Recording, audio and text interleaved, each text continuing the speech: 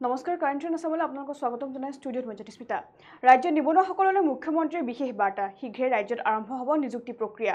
তৃতীয় চতুৰ্থ বৰ্গৰ লগতে অসম আৰক্ষী পৰীক্ষাৰ দিন ঘোষণা ৩ অক্টোবৰত অনুষ্ঠিত হ'ব অসম আৰক্ষীৰ শাৰীৰিক পৰীক্ষা আনহাতে 15, 22 আৰু 29 ছেপ্টেম্বৰত অনুষ্ঠিত হ'ব তৃতীয় বৰ্গৰ পৰীক্ষাসমূহ এই বিষয় সন্দৰ্ভত জনাই যাম সবিশেষ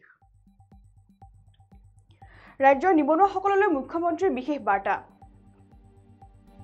শীঘ্ৰে ৰাজ্যত আৰম্ভ হ'ব নিযুক্তি প্ৰক্ৰিয়া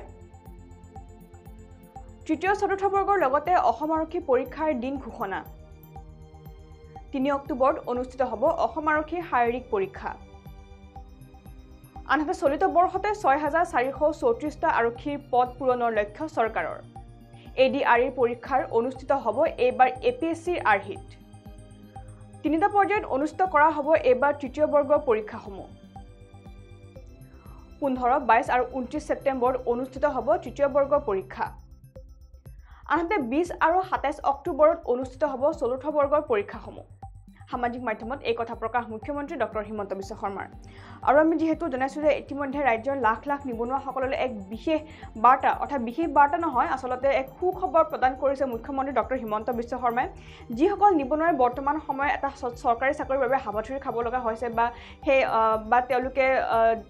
চৰকাৰী চাকৰিৰ বাবে তেওঁলোকে নিবেদন কৰা দেখিবলৈ পোৱা গৈছে ঠিক সেইখিনি সময়তে ৰাজ্য চৰকাৰৰ যি নিযুক্তি প্ৰক্ৰিয়া আছে সেই নিযুক্তি প্ৰক্ৰিয়াসমূহৰ পৰা ইতিমধ্যে প্ৰায় ৰাজ্যৰ প্ৰায় হাজাৰ হাজাৰ শিক্ষাৰ্থীয়ে ইতিমধ্যে এটা সুখৰ হাঁহি মাৰিব পৰা দেখিবলৈ পোৱা গৈছে আৰু শেহতীয়াকৈ যিহেতু বিগত কিছুদিনৰ পৰা ৰাজ্যৰ যিসমূহ নিযুক্তি প্ৰক্ৰিয়া আছে সেই নিযুক্তি প্ৰক্ৰিয়াসমূহ ইতিমধ্যে সম্পন্ন কৰা দেখিবলৈ পোৱা গৈছে আৰু মুখ্যমন্ত্ৰীৰ যি লক্ষ্য আছে 1 লাখ নিবনুৱাসকলক চৰকাৰী চাকৰি প্ৰদান কৰা সেই 1 লাখ নিবনুৱাসকলক চৰকাৰী চাকৰি প্ৰদান কৰা তেওঁৰ যি লক্ষ্য আছে সেই লক্ষ্য প্ৰায় বৰ্তমান সময়ত পূৰণ হৈছে আৰু সেই লক্ষ্য পূৰণ হোৱাৰ পিছতো ইতিমধ্যে তেওঁ ৰাজ্যৰ যিসকল নিবনুৱা আছে সেই নিবনুৱাসকলৰ কথা চিন্তা কৰি ইতিমধ্যে পুনৰ লাখ লাখ যি চৰকাৰী যি পদ আছে সেই পদৰ বাবে ইতিমধ্যে বিজ্ঞাপন প্ৰকাশ কৰা দেখিবলৈ পোৱা গৈছে আৰু শেহতীয়াকৈ কিছুদিন পূৰ্বে তৃতীয় আৰু চতুৰ্থ বৰ্গৰ যিসমূহ পৰীক্ষাসমূহৰ যি আবেদন আছে সেই আবেদনসমূহ ইতিমধ্যে পূৰণ কৰিছে শিক্ষাৰ্থীসকলে আৰু তাৰ পিছতে সকলোৰে মনত উৎকণ্ঠা আছিল যে আচলতে তৃতীয় আৰু চতুৰ্থ বৰ্গৰ পৰীক্ষাসমূহ কোনদিনা অনুষ্ঠিত হ'ব বা কোন তাৰিখে সেই অনুষ্ঠিত হ'ব যিহেতু মাজত লোকসভা নিৰ্বাচন পৰি গৈছিলে আৰু লোকসভা নিৰ্বাচন পৰি যোৱাৰ পিছতে মুখ্যমন্ত্ৰীগৰাকীয়ে ঘোষণা কৰিছে লোকসভা নিৰ্বাচনৰ পিছতে অৰ্থাৎ লোকসভা নিৰ্বাচনৰ ফলাফলৰ পিছতে এই তৃতীয় আৰু চতুৰ্থ বৰ্গৰ যিসমূহ পৰীক্ষা আছে সেই পৰীক্ষাসমূহ অনুষ্ঠিত কৰা হ'ব বুলি মুখ্যমন্ত্ৰীগৰাকীয়ে স্পষ্টভাৱে সদৰি কৰিছিলে আৰু তাৰ পিছতে শেহতীয়াকৈ সামাজিক মাধ্যমত মুখ্যমন্ত্ৰীগৰাকীয়ে এক বিশেষ ভিডিঅ' তেওঁ প্ৰদান কৰিছে আৰু সেই ভিডিঅ'টোৰ জৰিয়তে তেওঁ এই উৎকণ্ঠা ইতিমধ্যে অৱসান ঘটোৱা দেখিবলৈ পোৱা গৈছে আৰু শীঘ্ৰে ৰাজ্যত অনুষ্ঠিত হ'ব তৃতীয় আৰু চতুৰ্থ বৰ্গৰ পৰীক্ষাসমূহ আৰু ইতিমধ্যে খুদ মুখ্যমন্ত্ৰীগৰাকীয়ে সামাজিক মাধ্যম অৰ্থাৎ ফেচবুক লাইভৰ জৰিয়তে তৃতীয় আৰু চতুৰ্থ বৰ্গৰ পৰীক্ষাসমূহ কোন তাৰিখে কোন দিনা অনুষ্ঠিত হ'ব সেই বিষয় সন্দৰ্ভত স্পষ্টভাৱে মন্তব্য প্ৰকাশ কৰা দেখিবলৈ পোৱা গৈছে আৰু আনহাতে অসম আৰক্ষীৰ যিসমূহ শাৰীৰিক পৰীক্ষা আছে সেই শাৰীৰিক পৰীক্ষাসমূহৰো ইতিমধ্যে দিন ঘোষণা কৰিছে মুখ্যমন্ত্ৰীগৰাকীয়ে আৰু শেহতীয়া তথ্য অনুসৰি 15, 22 আৰু 29 ছেপ্টেম্বৰত অনুষ্ঠিত হ'ব তৃতীয় বৰ্গৰ পৰীক্ষাসমূহ অৰ্থাৎ তৃতীয় বৰ্গৰ পৰীক্ষাৰ বাবে যিসকল নিবনুৱাই আবেদন কৰিছিলে তেওঁলোকৰ বাবে ইতিমধ্যে দিন ঘোষণা কৰিছে অৰ্থাৎ তেওঁলোকৰ পৰীক্ষাৰ দিন ঘোষণা কৰিছে খুদ মুখ্যমন্ত্ৰী ডক্টৰ হিমন্ত বিশ্ব শৰ্মাই আৰু শেহতীয়া তথ্য অনুসৰি 15, 22 আৰু 29 ছেপ্টেম্বৰত অনুষ্ঠিত কৰা হ'ব তৃতীয় বৰ্গৰ পৰীক্ষাসমূহ আনহাতে এবাৰ তৃতীয় বৰ্গৰ পৰীক্ষাসমূহ এক বিশেষ পদ্ধতি অৱলম্বন কৰা হ'ব বুলি মুখ্যমন্ত্ৰীগৰাকীয়ে স্পষ্টভাৱে সদৰি কৰিছে অৰ্থাৎ যিসমূহ এডিআৰইৰ যিসমূহ পৰীক্ষা আছে অৰ্থাৎ যিসমূহ তৃতীয় বৰ্গৰ পৰীক্ষা আছে সেই তৃতীয় বৰ্গৰ পৰীক্ষাসমূহ এবাৰ এপিএছচি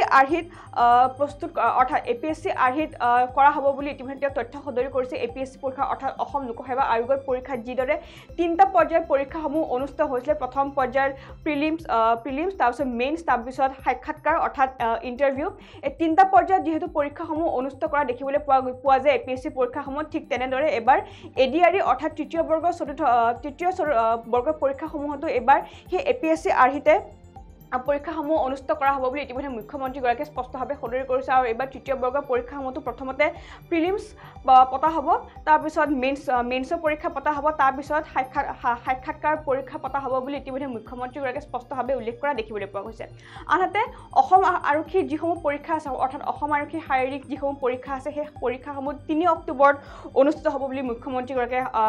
স্পষ্টভাৱে সদৰি কৰা দেখিবলৈ পোৱা গৈছে আনহাতে 20 আৰু 27 অক্টোবৰত অনুষ্ঠিত হ'ব চতুৰ্থ বৰ্গৰ পৰীক্ষা আৰু এই বিষয় সন্দৰ্ভত আমি যেহেতু জনাইছো মুখ্যমন্ত্ৰীগৰাকীয়ে ফেচবুক লাইভৰ জৰিয়তে কিছু মন্তব্য প্ৰকাশ কৰিছে আৰু মুখ্যমন্ত্ৰীগৰাকীয়ে এই বিষয় সন্দৰ্ভত কি মন্তব্য প্ৰকাশ কৰিছে সেয়া আমি আপোনালোকলৈ আগবঢ়াইছো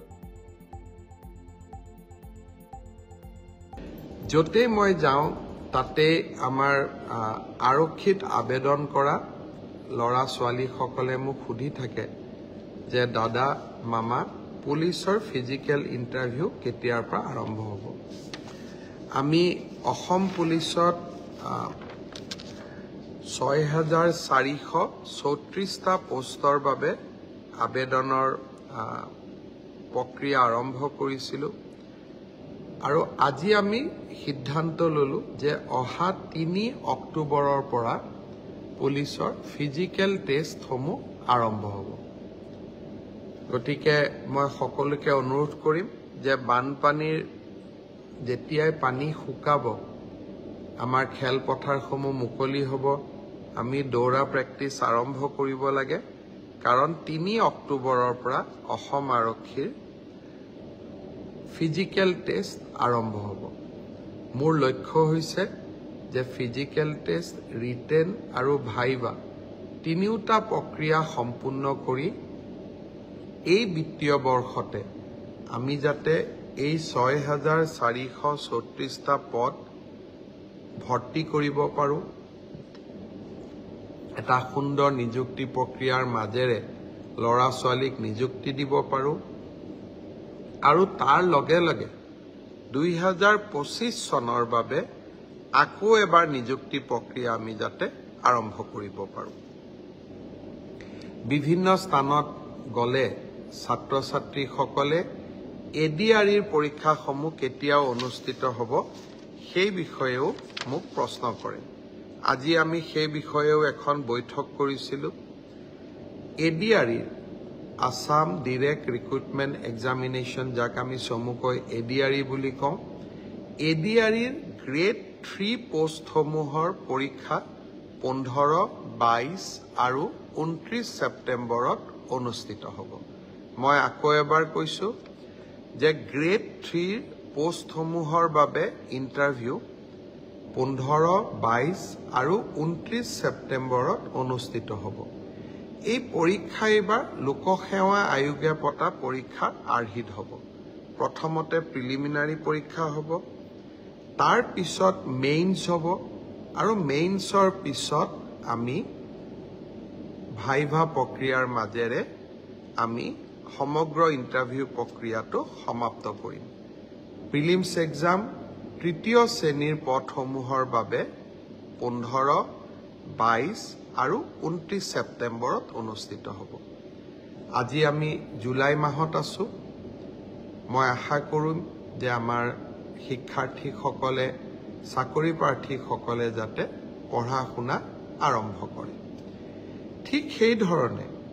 চতুৰ্থ শ্ৰেণীৰ বাবেও আমি একেটাই ব্যৱস্থা হাতত ল'ম। প্ৰথমতে প্ৰিলিমছ, তাৰপিছত মেইনছ আৰু তাৰপিছত ভাইভা ভচি। গ্ৰেড 4 বা চতুৰ্থ শ্ৰেণীৰ পদৰো প্ৰিলিমছ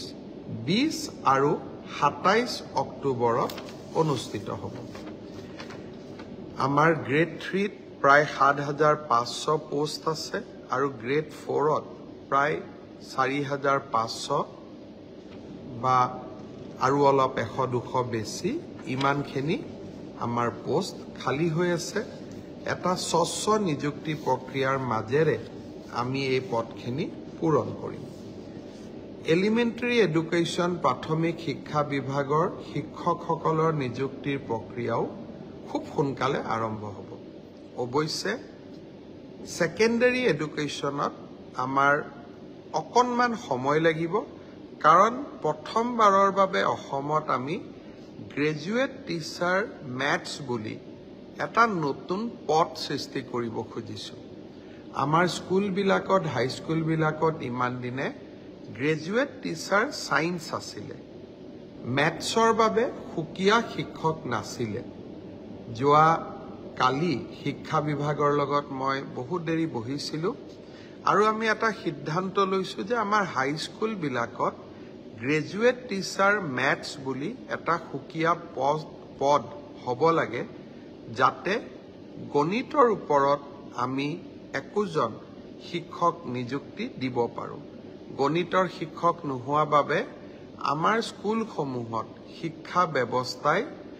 ব্যৱস্থাত বহুত জটি পৰে। শিক্ষা বিভাগে কেইবা হাজাৰো বিশেষকৈ প্ৰথম অৱস্থাত প্ৰায় 2000 গণিত শিক্ষকৰ পদ সৃষ্টি কৰিব লাগিব। সেয়েহে